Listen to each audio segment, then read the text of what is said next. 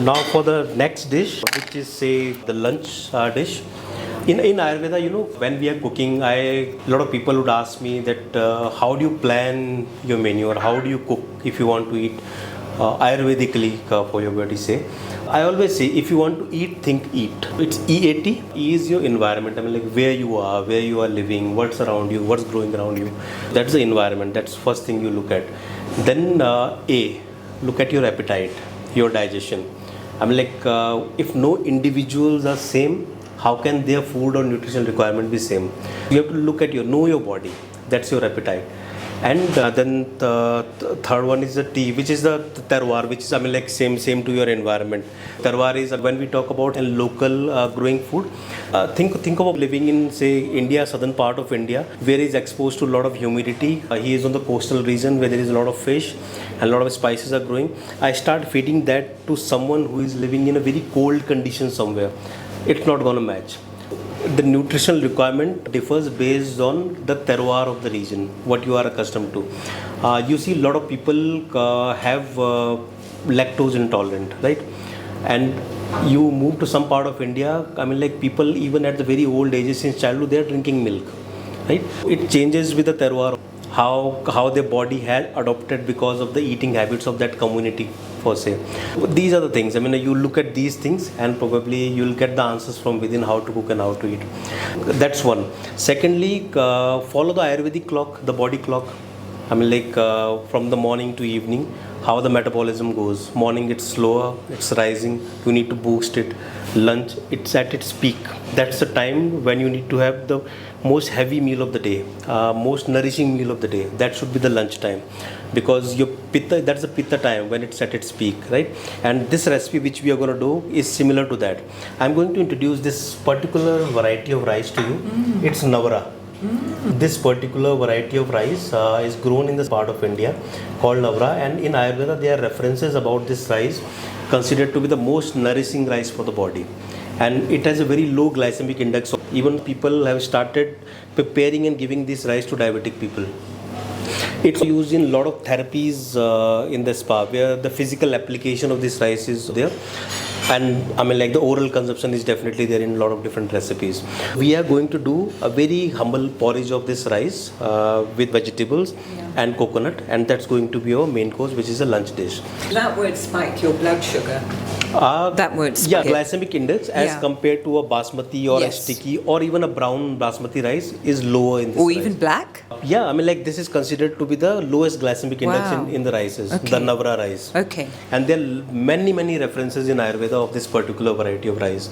And I mean like it's just not known widely. I mean like when we read about these texts and converse with our doctors, then we come to know, and we have now made it a part of our menus there.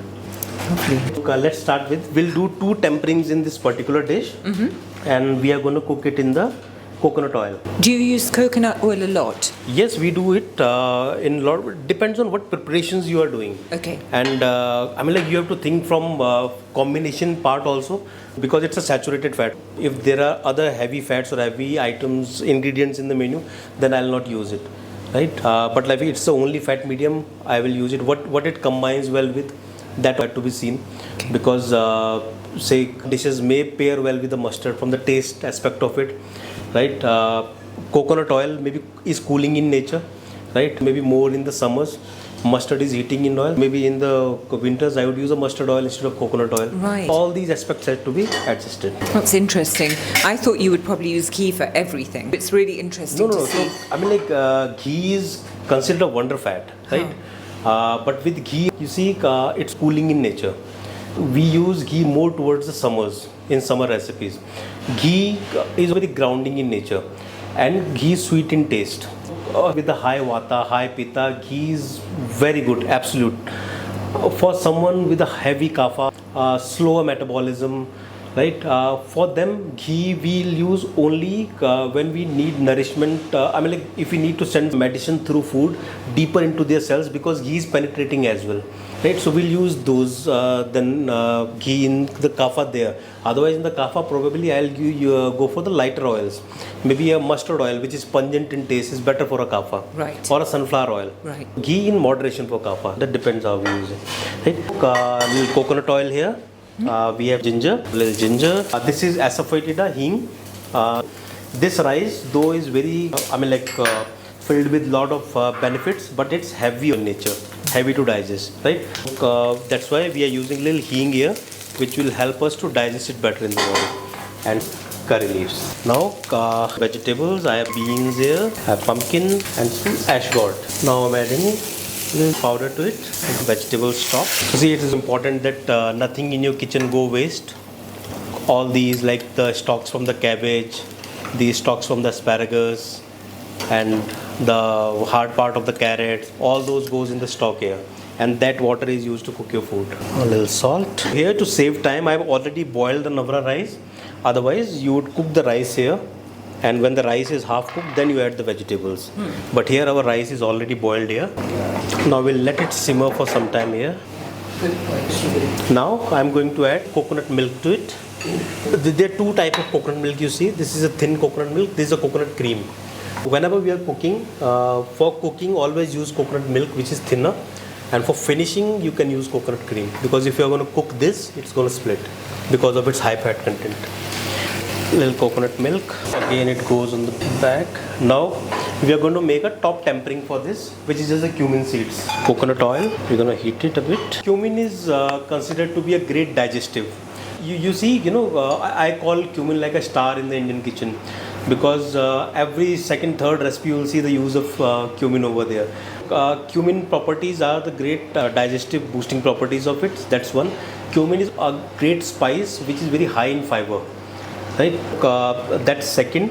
Thirdly, there are a lot of recipes you will see where cumin is lightly toasted, powdered and used towards the end, because there are a lot of volatile oils for its aroma.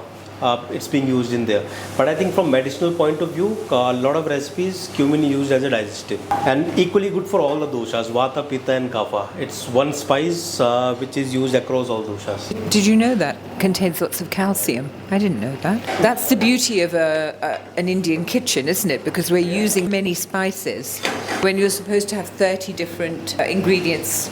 Yeah, basically if you're making the Indian food, the spices play the role. Yeah. Because your spices is balanced, then you're making the very wow dish. And basically if you're making the Western food, the spices play the very crucial role. This is the main difference for Western and Indian. Now I'm finishing it with a little coconut cream. Yeah. Little goes on the side. Coconut oil. Cumin seeds. Now I'm going to temper it on top. Adjust the consistency. More stock. It's ready. Now let's plate it up. I didn't save the breakfast dish for anyone. I started with a spoon, but now it's gone. It was very delicious. Little sesame seeds, fresh greens for garnish. That's your Navara Rice Porridge.